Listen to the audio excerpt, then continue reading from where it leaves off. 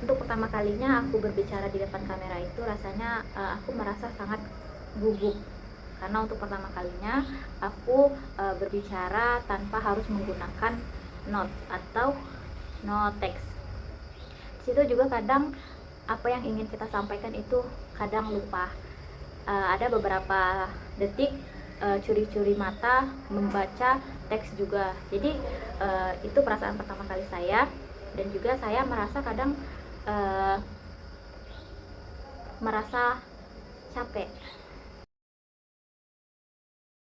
Dan untuk apa saja kendala yang saya alami selama saya berbicara di depan kamera, ada banyak sih, yang terutama gangguan-gangguan suara-suara dari berbagai macam, baik itu dari sekitar maupun dari notifikasi HP sendiri. Kadang itu lupa mematikan notifikasi, jadi kita sudah berbicara panjang, tiba-tiba ada notif masuk, itu suaranya jadi hilang gitu.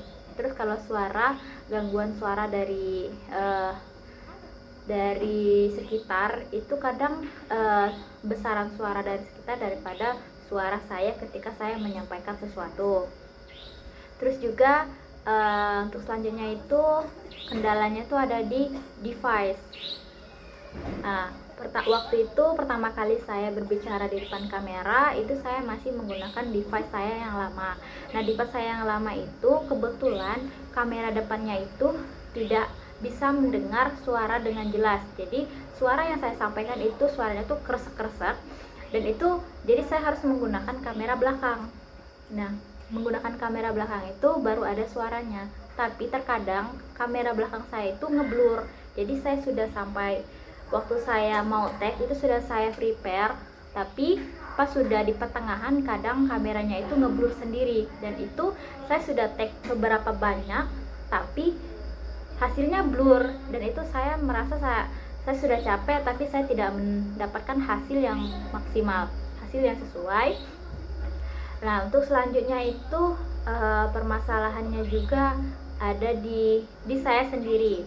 Jadi kendalanya itu kadang saya itu ketika saya menyampaikan materi yang ingin saya sampaikan atau sesuatu hal yang ingin saya sampaikan, kadang itu saya tidak terarah gitu. Tiba-tiba saya menyampaikan ini, tapi nggak lama kemudian bahasan yang saya sampaikan itu kadang melenceng jauh dari apa yang ingin saya sampaikan, sehingga beberapa kali perlu take ulang sampai bahkan yang awalnya saya semangat gitu mau take video, tiba-tiba sering mengulang, akhirnya lemes dan hilang semangat tersebut.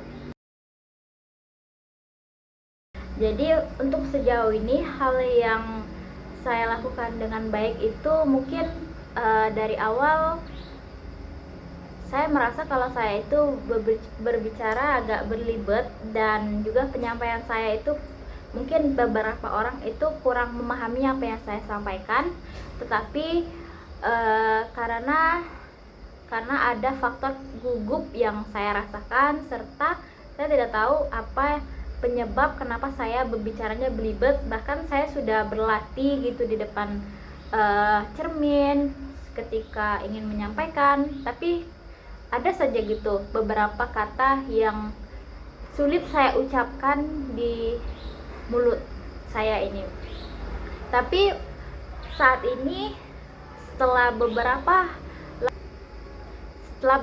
hari, setelah beberapa video yang saya tag, dan alhamdulillah untuk saat ini itu saya merasa ada sedikit pengembangan dalam diri saya, terutama dari bahasa, atau bahkan dari teknik, dari suara, bahkan dari ekspresi saya ketika di depan kamera dan ketika saya ingin menyampaikan sesuatu hal di depan kamera.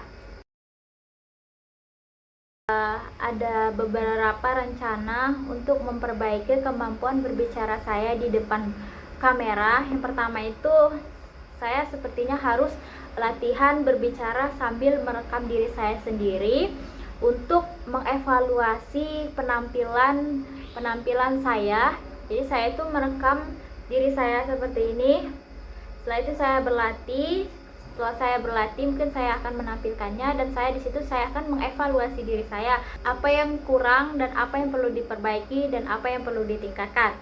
Terus selanjutnya itu membuat poin-poin penting sebelum menyampaikan sesuatu agar lebih terstruktur, sehingga ketika kita ingin menyampaikan sesuatu di depan kamera itu tidak lupa atau bahkan tidak terstruktur gitu, tidak terarah.